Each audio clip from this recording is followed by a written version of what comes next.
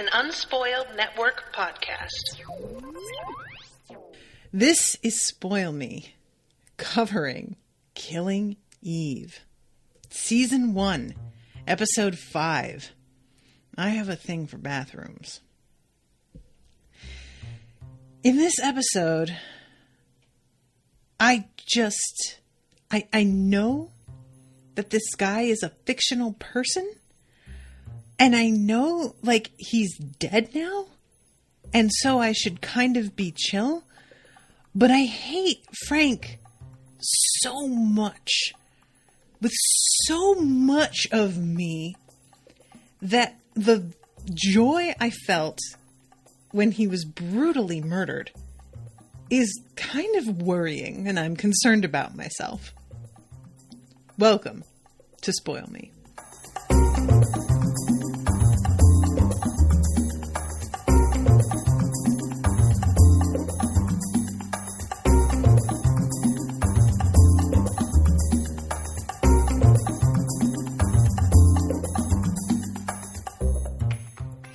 Welcome to the show, everybody. I am Natasha. Yeah, guys, this episode was a banana pants. And, you know, it's kind of funny, frankly, that I'm even talking about Frank, because one could argue that is like the least shocking thing about this episode. But what's shocking to me is Frank's utter lack of shame.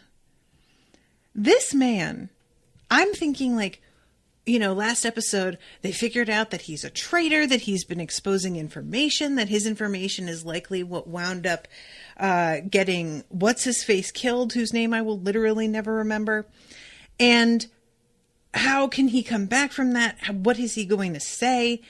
The answer to all of this is that he doesn't really feel bad, and he isn't at all fazed by the fact that he has been found out beyond the inconvenience of the fact. He is like, I'm saying he's unfazed, and it's clearly that's not really true, but I am just a person who experiences so much shame on a daily basis so often that the idea of experiencing the world in this way is alien to me and reprehensible. And it's like, the way that he behaves, it's a brilliant opening scene. This show, guys, this show is like what I'm looking for. Can I just say that? Like, so far, and I'm not expecting this to continue on in this fashion as perfectly as it has been so far, but this show up to now is my ideal mix of extremely intelligent characters, really hilarious, unexpected, dark humor, and a storyline that genuinely, I don't know where we're going. It's full of surprises. And I am in love with it. I am in love with this show. The only thing that comes close to how I feel about this is how I felt about Deadwood, which I covered for Spoil Me as well. If you guys haven't watched Deadwood, you're making a big mistake. That's all there is to be said about it. You have nobody but yourself to blame when one day you finally break down and watch it and you're like, why did I wait? I am an idiot. Yes, you are. I was too. Don't be like me. Go watch it. And that's how this show is for me. It is just so many things that I didn't know I wanted done so well. So this opening scene is Eve and Elena, that's her name, and Frank, and they are at this diner, and neither of them are eating. It's obvious that the two of them are kind of just in shock still. And Frank is sitting here stuffing his face with a burger and fries, and just says, so what happens now? In this very sort of, it's a weird, can you guys hear this thunder and the rain? It is amazing right now. In this really interesting combination of aggression and helplessness. It's like he is almost trying to get out in front of the fact that they know that he's angry, that they're angry at him, by being like very demanding and distracting them with that so that they won't have time to yell at him. And at this point, like, understandably, Eve is starting to be like, dude, what can you tell us about them? He ignores her questions. It's just like, at first he's just like, well, we didn't really chat much. And she's just like, seriously, dude, are you kidding? And he just says, is there any more brown sauce? Looking around and not answering them. They tell him to, because his mother-in-law has his kids, they tell him to leave the kids with her for several nights. And I love Elena staring at him with this fucking, like, contempt, naked contempt, because he's about to pull his phone out and just use it. And she's like, you idiot. Are you serious? And he says, you know, I did this for the right reasons. At which point Eve says, I don't want to hear what your version of the right reason is. And he says, could you just not give me a hard time just for a minute, please?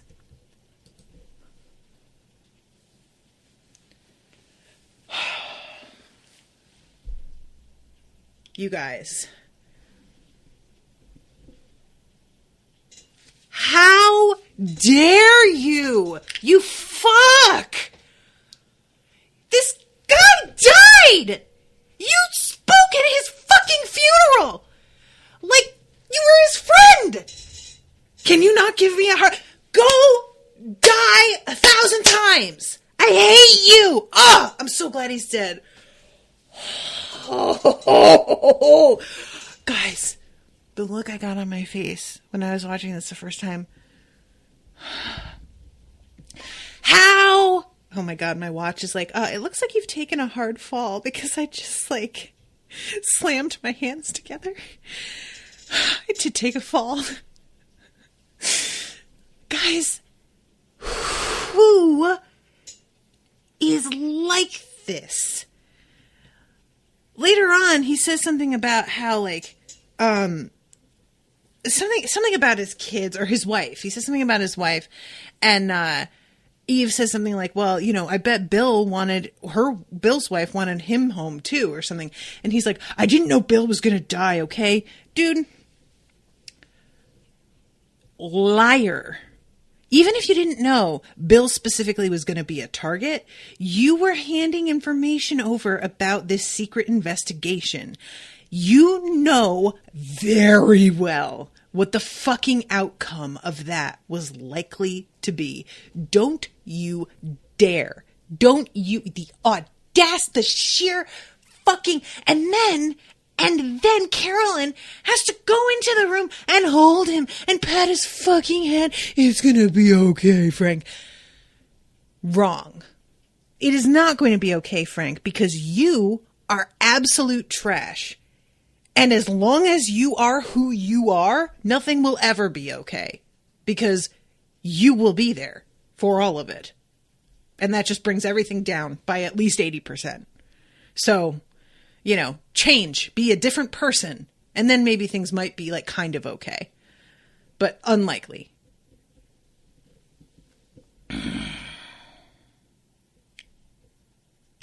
Like, dude. Oh my God. Anya says, it bothered me that Eve and Helena didn't check what he was typing to and who. That's fair, but I will say that since he was using Eve's phone, he probably realized that, like, whatever he was about to try and do was not something he could hide very easily. That's not to say it would be impossible. You could send a message and then delete that message from outgoing and she might not see it. But that requires a presence of mind I do not believe that Frank has. And I think that's kind of why they are treating him this way and not being as cautious as they might otherwise be. Because they know Frank's a fucking moron. And they're really, like, handing over information while being paid off behind the scenes is one thing. Thinking on your feet after somebody just tried to assassinate you is another thing. So I kind of get, I agree with you, Agnes, in general, but I kind of get why they weren't really concerned about it with him in particular. This whole opening scene is just the look that Eve gives him when he tells her not to give him a hard time and then immediately goes, "I'm very tired," and goes back to eating. I love the way that her and Helena look at each other, just like, can you fucking believe this guy? And the thing is, have you guys met people like this? I've worked with a couple of them, and it's really astonishing to like witness it because, again, as somebody with shame is like a big motivator in my life. And like, as much as I know that that can be an unhealthy thing, I don't think it's wholly unhealthy. You should have some, because there are times where knowing that you're going to let somebody else down and the shame of that is what pushes you further. I mean, even simple like things like being in a class versus being by myself. If I am doing yoga, I will push myself a little harder in class due to shame, because I'm like, I don't want to be the one person who goes into child's pose right now. And I know that I don't really need to. I would if I was alone, because I just don't feel like this, but I'm not gonna. Little moments like that throughout the day. It's pride and shame. This dude just doesn't have any of either. It feels like maybe all pride, but in this weird artificial way that's disconnected from like understanding how he is perceived by other people. Pride usually is linked up with that, with like, oh, well, what will they think of me? But he doesn't seem to have that part. It's a weird... Anyway, I know I spent too much time on this, but this opening scene is just such a perfect upset of everything that I expected about how he would react to all of this. I never thought he would be this sort of cavalier is the wrong word, but he just seems so unbothered. And out of all of the outcomes that I would have predicted for how this goes down, I never thought that would be how it would go. I never thought. I just didn't have a good idea of who Frank was, and now I do. And I'm just so glad he's dead, guys. I am just so glad. So what they wind up doing is bringing him to a safe house, and Carolyn is there. And again, does he like apologize? Does he seem ashamed of himself? No. He begins to have a quote panic attack, which frankly I do not buy for a moment. He seems extremely full of shit from beginning to end. Everything that he can't I just have a bath? Can't I change my clothes? All he wants is to put off the confrontation from everybody, you know.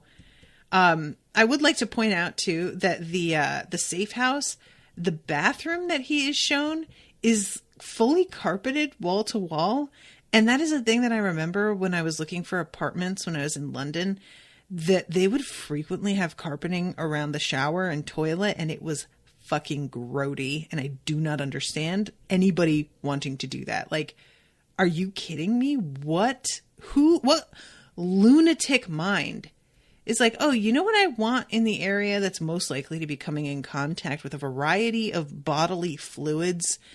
I want the most absorbent, difficult to clean material in every corner of that room.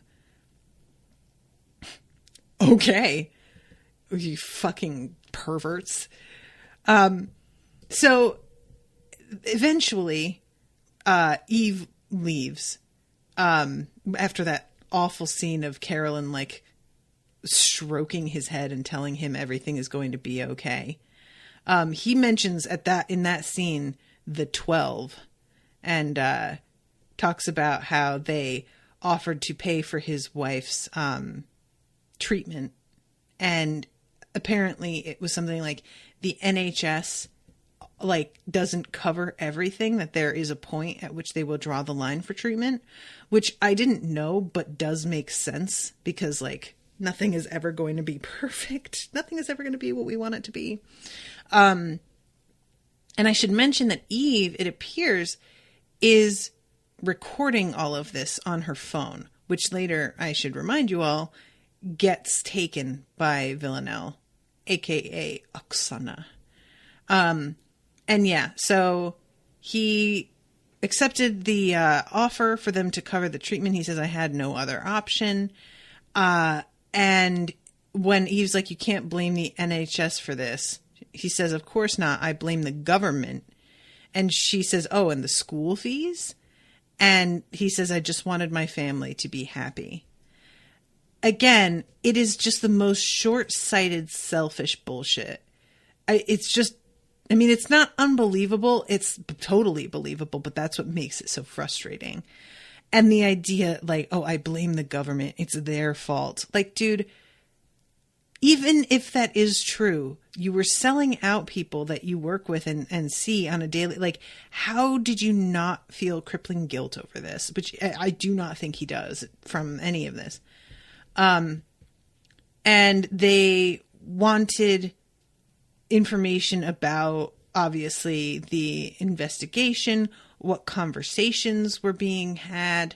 They're interested in the big picture. And Carolyn is, asking whether or not they wanted information about Russia and their, like, investigations into Russia. But he says, no, they just wanted inside gossip, people's whereabouts. They wanted, like, anything and everything, general info. And he says that he thinks that the goal of all of this is to destabilize things from the inside. And she says, how do they know about the department? He says, I told them I thought you were still investigating after you interrogated me. And she's just like, oh, come on. Interrogated. I love Carolyn at this point cutting in because he had claimed earlier, oh, I don't know anything. And she's like, you seem to know kind of a lot, actually, considering you said that you don't know anything. And she's like, well, once you realized that they were coming for you, why didn't you tell us what was happening? And he says that he thought they would take care of her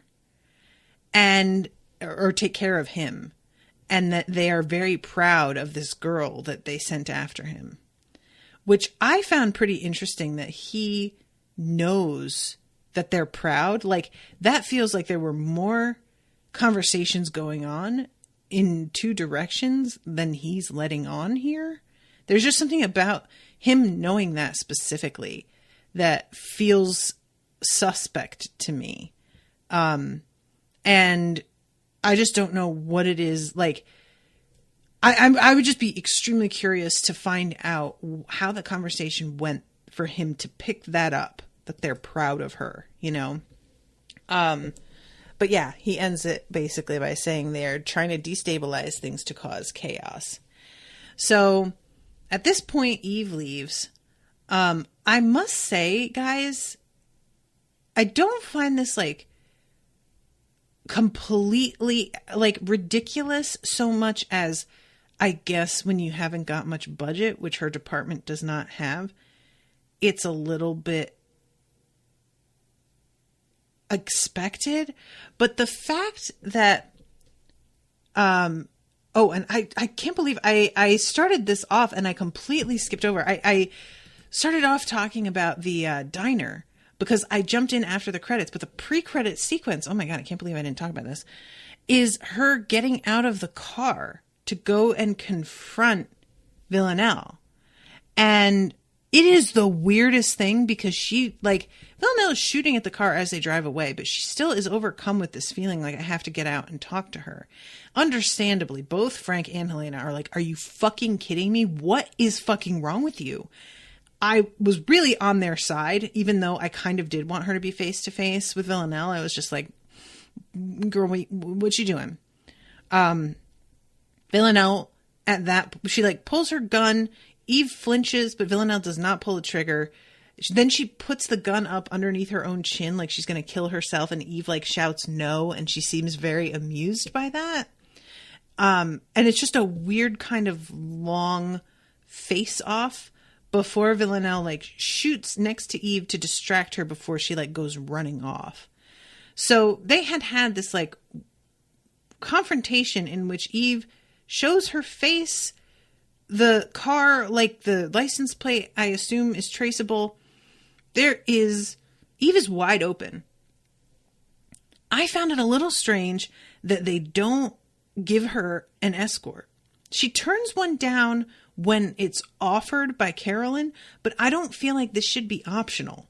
This should be something that is just standard when there is still an assassin at large trying to come after. Like, I guess they're assuming that assassin is still focused on Frank and would still just be coming for Frank, and that Eve isn't, if she's not still involved in that area, that she's safe, dealing with something else. But it still seems like they would want to get rid of anybody who saw Villanelle's face. And because the what they had been sort of priding themselves on up till now is that Villanelle was like managing to disguise herself so well and run so far under the radar, fly so far under the radar, that there was nothing connecting all of these seemingly random attacks together. So now we have a person who will have seen her face close up. This is not passing in the bathroom with like the kind of like half attention that you give to a stranger that you're not expecting to ever see again. This is a hyper-focused moment that lasts a minute and a half between a woman who knows that she could die at any second and an assassin. Eve is going to remember her. I mean, that's going to be burned into her mind.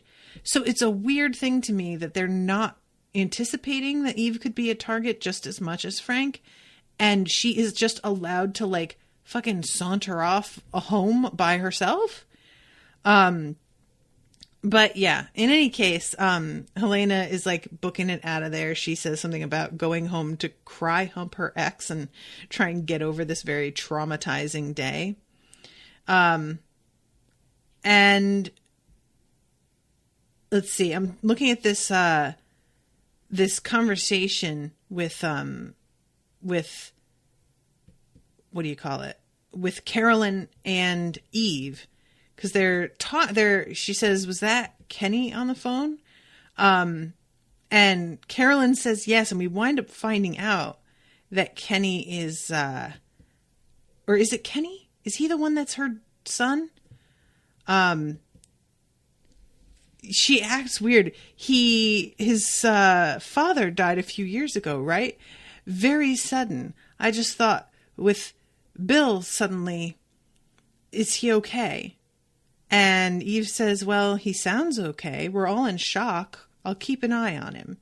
And it's really sweet that she's like, we find out later that this is her kid. And so she has to be like really careful about letting it show that she really cares.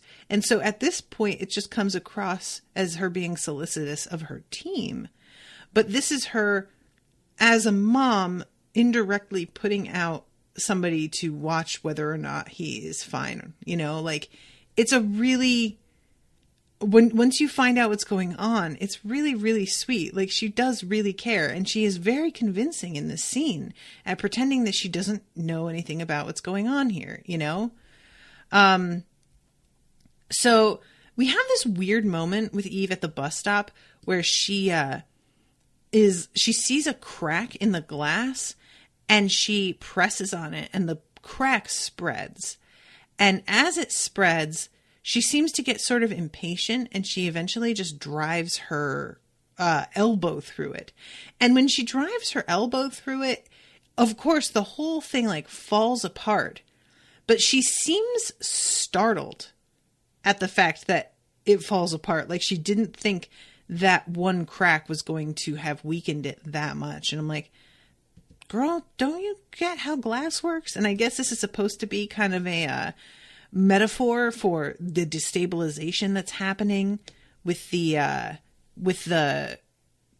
killings of seemingly random people in order to, if you are going from the bottom up, you need people to sort of separate, right? And not trust one another and begin to think everybody is out to get everybody else. And as soon as you have sown the seeds of suspicion, people stop communicating the way that they normally would. They stop sharing information. They stop like trusting. And that leads to weakness because everything is beginning to fracture. So I think that's what they were going for in this scene. And it's just supposed to be like, if she drove her elbow against that glass and there wasn't a crack in it, nothing happened. She hurts her elbow. But this is a pretty small crack, really. And that hit just takes the whole pain out, like it's gone.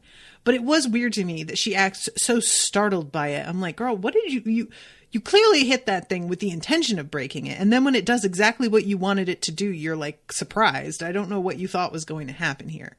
But yeah, I think that's what's going on here is just like the crack of, getting a couple really choice targets and the way that everything totally falls apart.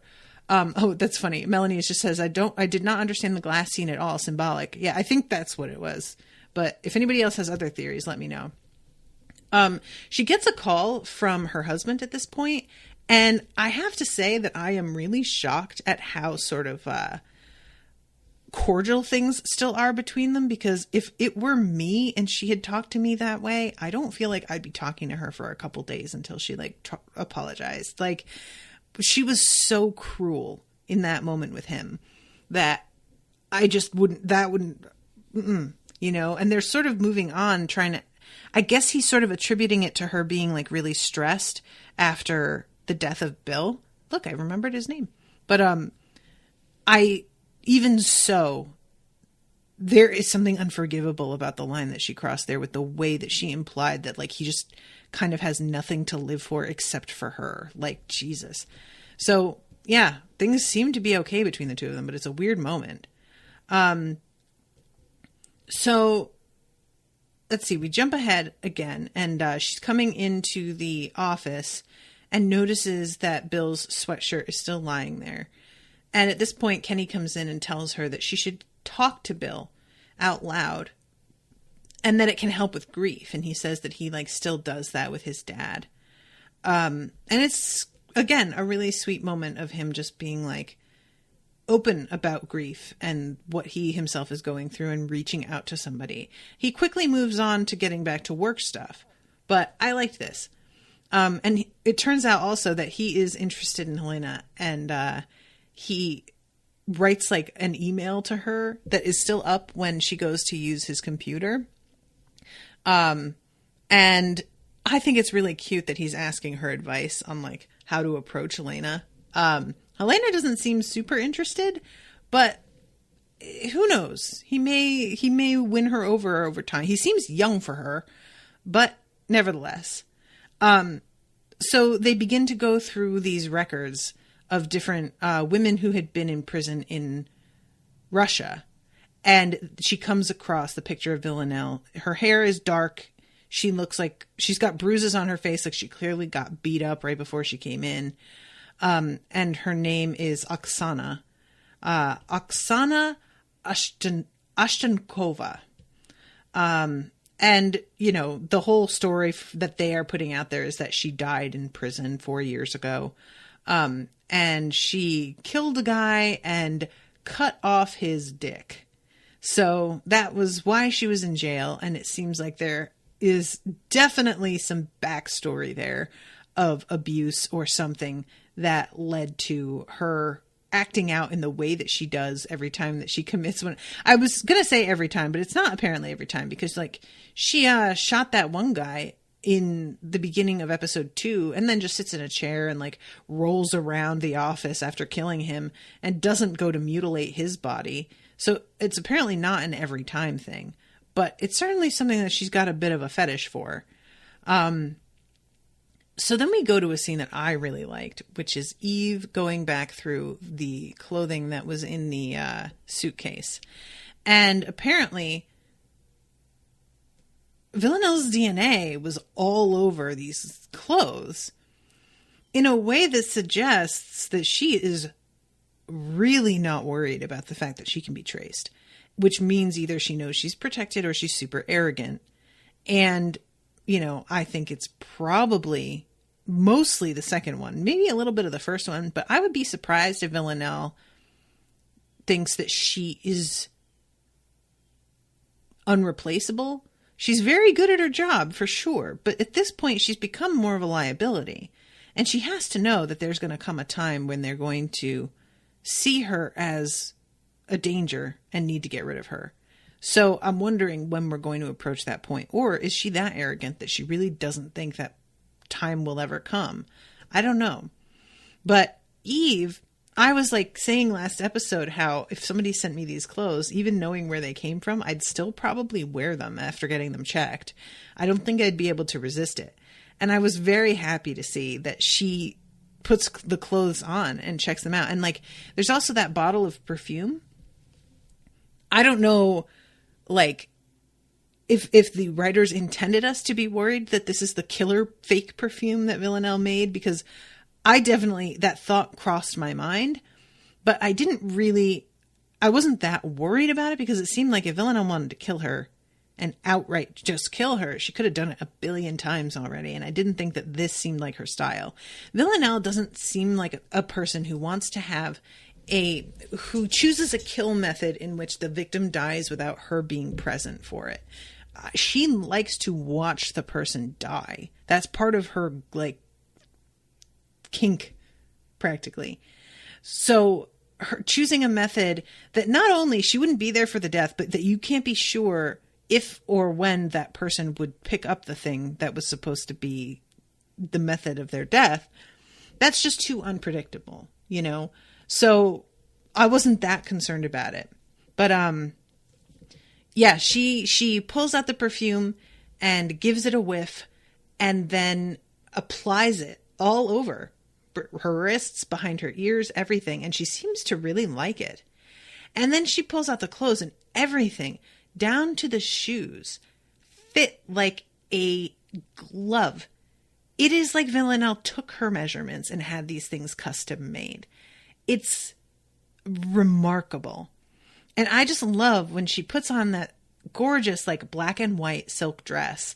She puts it on almost like as a challenge. Like, there's a bit of her that's just kind of like, there's no way. There's no way. How well can this possibly, what is this about? And once she zips it up and you see, like a glove doesn't even begin to cut. It couldn't fit better. There's nothing to be changed here. It's just perfect. She looks flawless, and you can see her shock when she looks in the mirror and realizes how great she looks. And it's just like, what? And she even turns around and is like, damn my ass. And I'm like, indeed, girl, you got an ass. Like, good on you.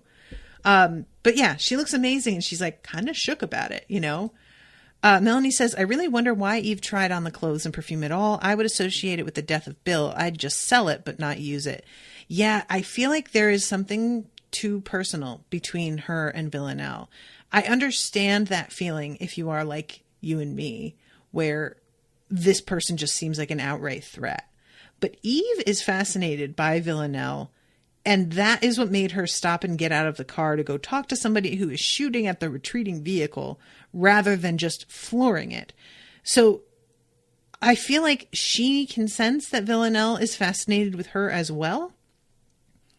And there's a curiosity to it that, I am not surprised at all. I was sort of waiting for her to put the clothes on, because I was just like, if I were her in this position and thinking about the case the way that she has been, I would.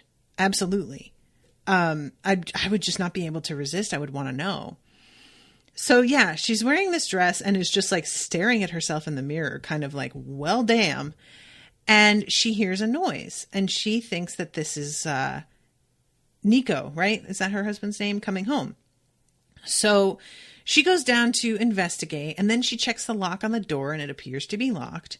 And she's about to turn around and just head back upstairs and take the dress off, probably. And when she turns around, Villanelle is standing there in the doorway, or in the hallway. And she very nearly hits the ceiling. Villanelle says, don't run. And she runs anyway, because you would. I kind of like the fact that despite the fact that she is like this sort of enraptured and curious, she isn't just going to stand there and have a conversation. She's not that trusting. She isn't that certain that things with me and her are different. It's enough to try the clothes on, but not enough to just fucking drop any attempt to defend herself, you know?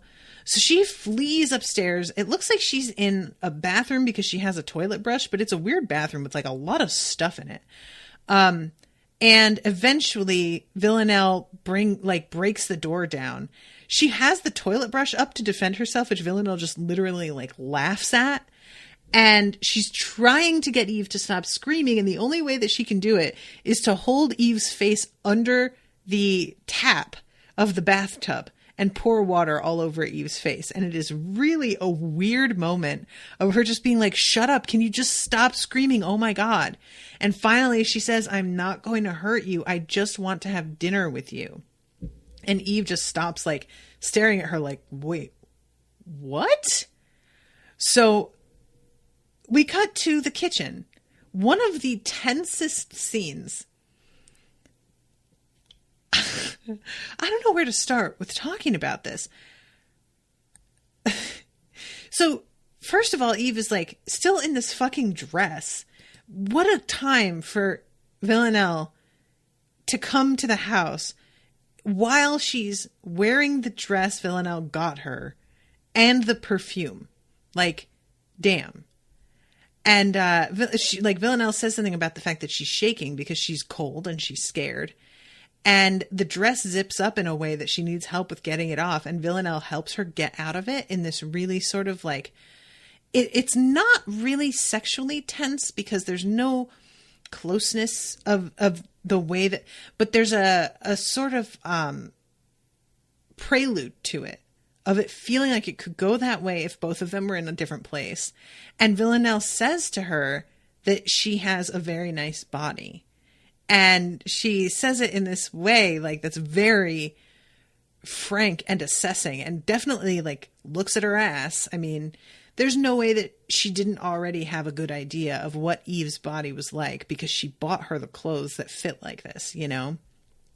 So at this point, there's this, like, weirdness about well, what do we have for dinner? I have shepherd's pie. I can do it in the oven, but that'll take longer. I mean, guys, what a conversation. And eventually she's getting out the flatware, and Villanelle is fully aware that she's going into the knife drawer and can see that Eve is trying to hide one of the knives down the front of her pants. There's almost a look of disappointment on Eve's face. Like, she's like, I really had hoped that we could just have a conversation and you wouldn't feel the need to be armed. But if that is what it takes, then so be it. And tells her, you know, you can keep it with you if it would make you feel better. And Eve looks really regretful of the fact that she is this obvious about it all. So they begin to eat and have this conversation. And what happens is so wonderful here. I love it so much. Because Villanelle attempts to use her acting on Eve. She attempts to use the manipulation tactics that she has used on so many people throughout the episodes we've seen already, and tries to curry sympathy, pretty much. She avoids, at first, questions about why she's in the house. She says something about how Nico has an excellent mustache, just to, like, let Eve know that she knows who her husband is. Power play. And finally, when Eve pushes about, why are you in the house? She says, I wanted to see you. And Eve says, why? And it looks like she doesn't even know exactly what to say. Like, you can see her choosing her angle here. And when I say you can see it, I mean us as viewers can see it, because we have sort of learned Villanelle's tells in terms of the way that she interacts with people. She reflects on the way things have gone so far, what she thinks she knows about a person and what she thinks she knows about, like, human nature. And she determines which would be the most effective emotional course of action. So what she does here is she pretends that she is aware. She has like psychopathic tendencies, that she doesn't want to hurt people, but that they make her. If she doesn't do what they say, she's under threat. I know what I am and I want to get help, but I have nowhere to go. Please, Eve, I'm so sorry. I don't want to hurt people anymore. And you can see Eve staring at her, and it's hard to know what Eve is thinking in the moment, but she starts to get this expression and tears in her eyes where you're like, oh no, is she falling for this? And I was like, I really hope that she's like one of the only people who doesn't fall for it, because Villanelle is extremely convincing in this scene, you know? Eve, please, I am so sorry. And Eve finally just says, bullshit. And it is the most satisfying thing. It is so great to see Villanelle not know what to say next, because she isn't used to anybody fucking being able to tell. Like, Eve has a history of what this girl has gone through and done to look at and know that she is not normal. She's not like a regular human being with regular emotions and regular understandings of consequences. And it just doesn't make sense. And she literally says, you're an asshole, Oksana. And Villanelle sort of straightens up with her eyebrows up. And you can see that she really is startled. But then she says, you're so pleased with yourself. Almost as if to try and like belittle the fact that Eve knows her actual name. But I'm like, you're not fooling me. The fact that she knows who you are did startle you, even though you're trying to pretend that it didn't. And she talks about knowing that she was in prison and that somebody broke her out, that she's really bright and hardworking and determined, and that something happened to her, and that she is a psychopath. And at this point, she says, you know, you should never tell a psychopath that they are a psychopath because it upsets them. And Eve kind of gives her a skeptical look and says, so are you upset? And she just sort of smiles and shakes her head, which, like, yeah, that's not, I mean, if anything, I feel like you would be proud of Eve for figuring this out. Like, she, at first when she does the, like, am I upset? She, like, puts her lip out and nods like, oh yeah, I'm so sad, but no, you know? And then she says, stupid word, and continues eating like it's no big deal.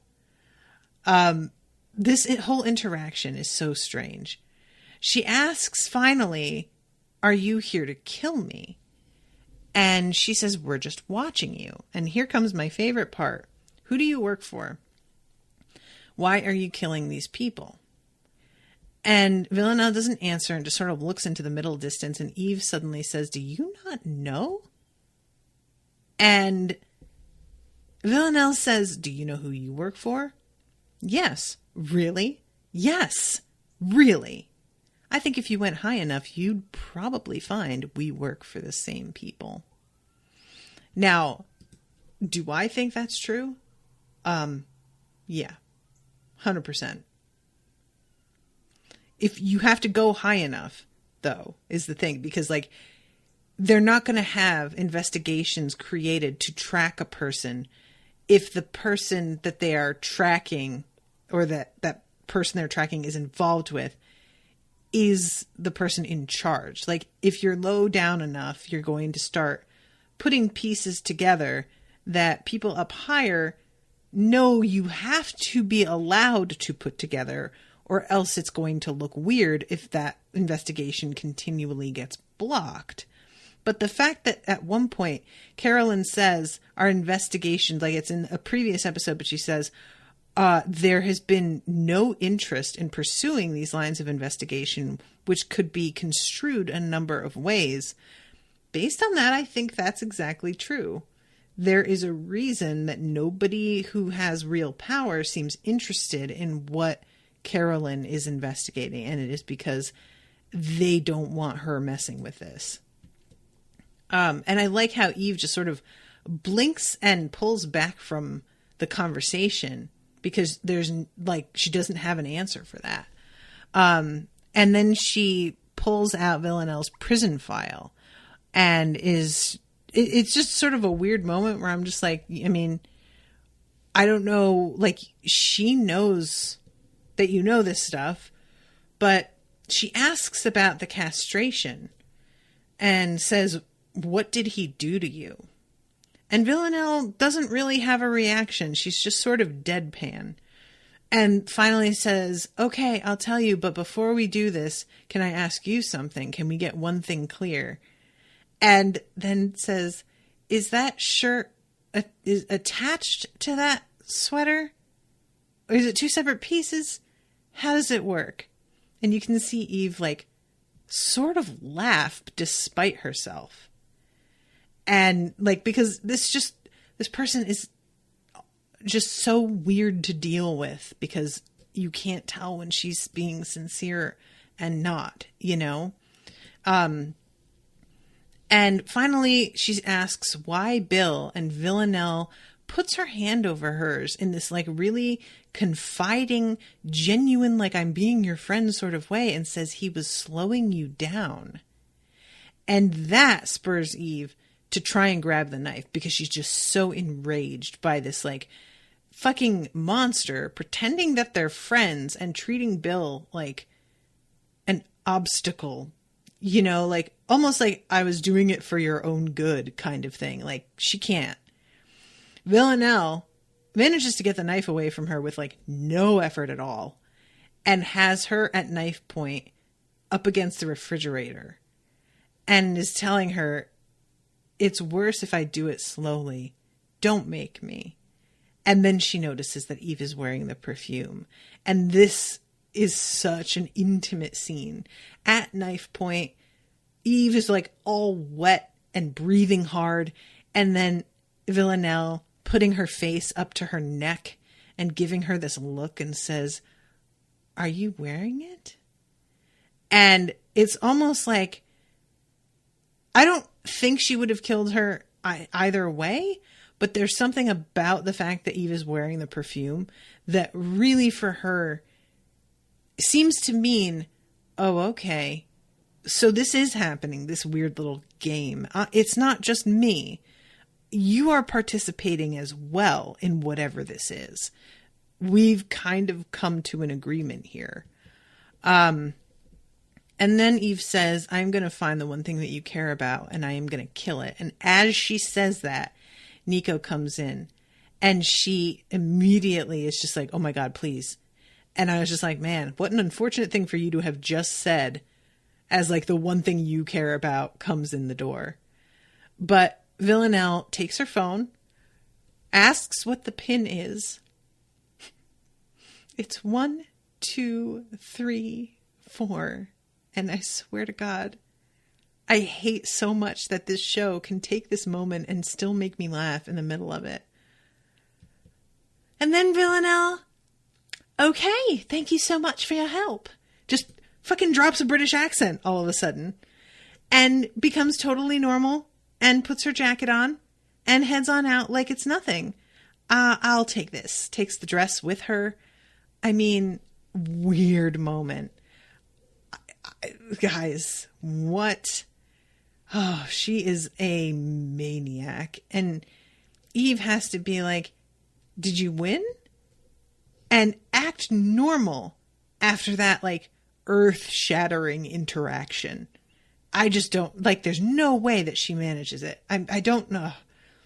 So she winds up going to Carolyn's house because she doesn't have her phone. There's no way for her to, like, get in contact. And when she gets there, this is when she finds out that Kenny is her son. And she is just like, wait, what? I love Kenny is my son. We have no time for you to react to that. So don't feel that you have to. And I won't be a moment, Martin. That's Martin. And this little dog, guys. Oh, I love this so much. Carolyn's having an amazing looking dinner party. We go into her amazing looking kitchen. Guys, it's not like the kitchen's design is so great, but it's just so huge. Guys, I have such kitchen envy. My kitchen's bigger than some I've had, but you know, for somebody who cooks as much as I do, it's not adequate. Oh, Melanie's commenting. I'm so sorry I didn't see these. I was like, fucking courses 1, 2, 3, 4. Villanelle's change of demeanor makes me think that getting the phone was the reason she was at Eve's house all along. Interesting. I mean, that could be. So here's my theory on that. Probably they were like, find out where they put Frank. And she could have done that any number of ways, but she chose to find out where they put Frank via the method that would bring her in contact with Eve. Like, she could have done any number of things, but she wants to see Eve. She wants to have a conversation, and she wants this like weird interaction. She wants some kind of talk. And so she chose this because it would lead to something like this, because she could easily have gone to Eve's house, taken the phone without Eve knowing she was there. I bet, you know, but, she makes sure that Eve sees her. She could have taken the phone right after they got in the fight when Eve locked herself in the bathroom. Eve didn't have her phone with her, right? She ran into the bathroom without it. So Villanelle could have taken it and left, but she doesn't. She hangs out to talk. So I think that might have been the pretense for being there, but I don't think that was her goal. It might have been her employer's goal. But yeah, so she explains this whole situation to Carolyn and how everything went down. And she's just like, look, she took my phone. It has the interview with Frank on it. And so they'll know that he's been talking to us. And there's going to be directions because I used the navigator on my phone to get to the safe house. So they will know exactly where he is. And Eve says, they need forensics at my house. I need protection from my husband. Most importantly, we need to move Frank now. I am very eager to see what it looks like to have her space invaded and protection put on Nico, because like Nico has not been quite aware just how dangerous things are. He kind of knew, which was what led to their fight. But this is like, is she going to tell him that the woman that squeezed by him in the hall of his own home is villain? Like, is she gonna tell him that? She's gonna have to, I think.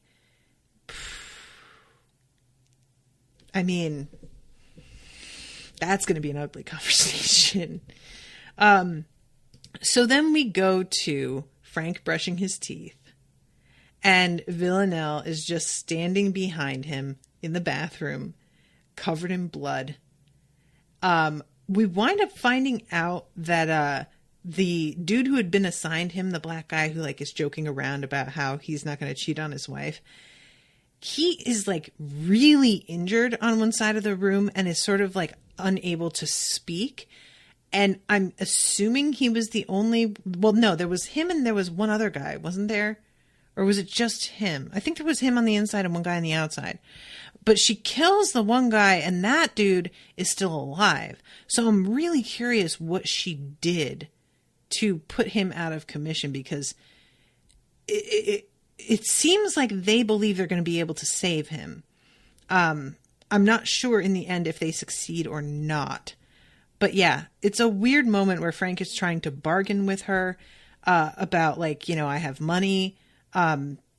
I have children. And she's like, well, I don't want your children. And he's like, I have children to take care of. And she's like, oh, well, this will give them something to bond over. I'm just like, Jesus, they're going to be fucking orphans. This is rough.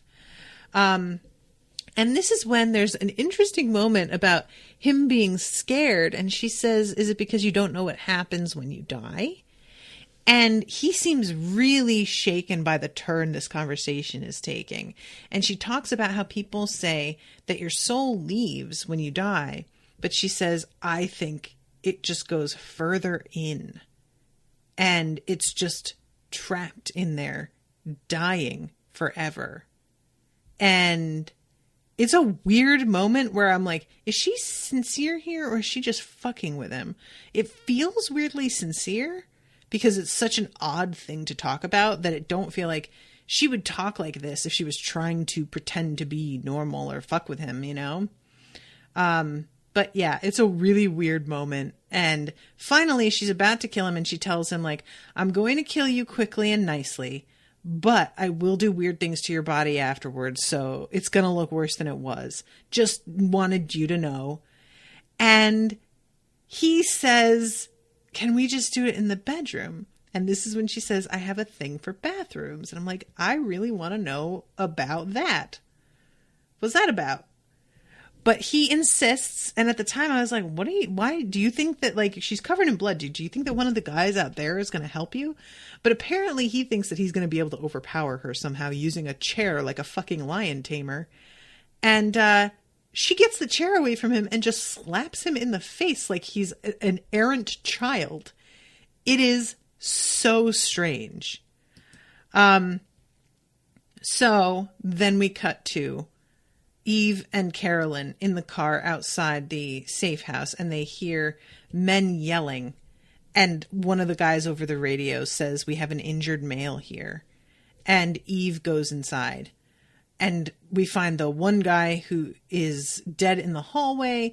We have the other guy who's like sitting up in the chair and, like I said, seems unable to speak. I couldn't tell because this is filmed really dark and I'm looking at it now to see if I can make it out this time. I've watched this episode twice now. I couldn't tell what happened with like if there was a weapon sticking out of that guy's chest or what, because he's like got his hands over his stomach and it seems like they're keeping pressure on a wound, but he's not. I don't think that there is a weapon evident. And yeah, she peeks in at Frank's body and he is like laid out on the bed, and it's such a weird scene, you guys, because like it takes a minute to understand what's going on. It's like his pants have been cut apart and like part of one piece of pant is like up over his shoulder. I can't figure out exactly it almost looks like she pulled his pants apart and then like put them back together in a very specific way. I don't get it, but whatever it is, it's very purposeful and a reference to the castration, that Eve had been talking to her about that night. So this is a message of some kind of just like, hey, what's up? I did the thing. Remember we talked about that? And she goes back to the car, very shaken, and talks to Carolyn about what she just saw. Then we cut to Paris and Villanelle talking to her handler, Constantine. Anya says, I thought he was wearing the dress. Is that the dress? Ooh, Anya's. I didn't read, because I was like looking at it. I was like, this is a weird. Hold on. I'm going back and trying to find that scene again because it looks so. Let's see. Oh. Yeah, I guess it's like cut open in the middle in this weird way that I think maybe it was either torn while they were fighting or it tore while she was trying to get it on him. But it looked like two parts, so I was really weirded out by it. But yeah, you're right. It's the dress. Thank you for pointing that out because like even like staring at it, knowing like looking for it, it's very hard to tell it's the dress. So I did not get that the first time around. So yeah, appreciate it. So I'm running out of time. Villanelle is telling Constantine that Hector was the one that killed Nadia and makes up this whole ridiculous story. It feels like Constantine knows very well that she is full of shit. I should mention that she is wearing the most amazing robe in this scene, by the way. She is just an icon, I swear to God. But yeah, the way that he is like asking her, so what happened next? It's like, he's just wanting to hear what kind of crazy fucking story she's going to tell. It's kind of hilarious. At one point when she's just like, oh, and then I shot him. And he's like, how? I thought you had no weapon. Oh, I took his. Yeah, that's it. Like, and she's sort of looking at him, like trying to gauge how much they're going to keep playing this game. Like, I think she almost can tell that he knows. And then eventually he says something to her about that Nadia is still alive, which she is obviously rather startled by. She did not expect that Nadia had survived. I kind of wondered, like, Nadia seemed dead, but I did think, even if you drove back over her, you'd have to really get her head or her neck and snap her spine to be sure she was dead. I didn't trust that. And so the fact that she managed to survive makes sense to me. So yeah, he says, Nadia's still alive. She's like, no, he ran over her twice. She's trying to like be casual about it. And he continues staring and says, I think you should go and visit her before she starts telling her side of the story. And she asks, oh, where is she? And he says, Russia. And she gets a look like this is the last thing she wanted to hear. And he says, you have no choice. No one else can do it. It's too suspicious. You can come straight back. So, and then she says, what about Anna? And he says, you won't see her. I do not know what that means, but I am absolutely dying to know. And it's like, when he says you won't see her, she gets fucking angry. Like, this is a real emotion on her face right here, this rage. And finally she says, what number are you? And he says, what? And she says, of the 12. And he says, oh dear. And genuinely looks really shook. And I really want to know what it means. If she just knows 12, that's not anything yet. So he's panicking like she knows more than she does, I think. Like, I feel like he gave a little bit too much away in his reaction. Let's see. Anya says, doesn't she have a sister? She drew her once. Well, they had the drawing in the therapy session, but she doesn't say, I don't think, that it's her sister. She says, that's my mother. And then she laughs and is like, no, I'm just kidding. My mother has really thin, shitty hair. So if it's her sister, I don't feel like that was specifically said. But I could be wrong. I just watched that episode, though, and I don't remember that. And so by now I've seen that episode like 3 times. So I maybe missed it, but it was kind of a throwaway line if I did. Yeah, I don't know. But so this moment of him saying, oh dear, that's the last line of the episode as she like stares at him with a little bit of a tear in her eye, like, but not like I'm going to cry, more like I'm so angry right now and I'm trying to keep myself from literally murdering you. She's scary. Oh, guys, I love the show so much. I cannot wait to watch the next episode. Now that I actually say that, I'm going to check right now and make sure that I know when the next episode is going to happen and that it is not a spoil me before, or not a voyeur before I do it. Okay, next episode is the 28th of February. I am going to literally die. 28th of February. Then there's one on the 10th of March and the 24th of March. Spaced out so much. Oh, this is murder. But I am glad that there are some coming up. So yay. Thank you guys very, very much for commissioning these. Those of you who did, I appreciate it so much. But yeah, that's what happens. I get so booked up. Kai, sorry I couldn't find a spot until February. Not your fault. Just, it's torture. All right, guys, I'm so far over time, so I really have to go. But thank you again so much for hanging out with me and listening. And I will see you again soon. Well, not that soon, but eventually with a new episode. Toodaloo, motherfuckers.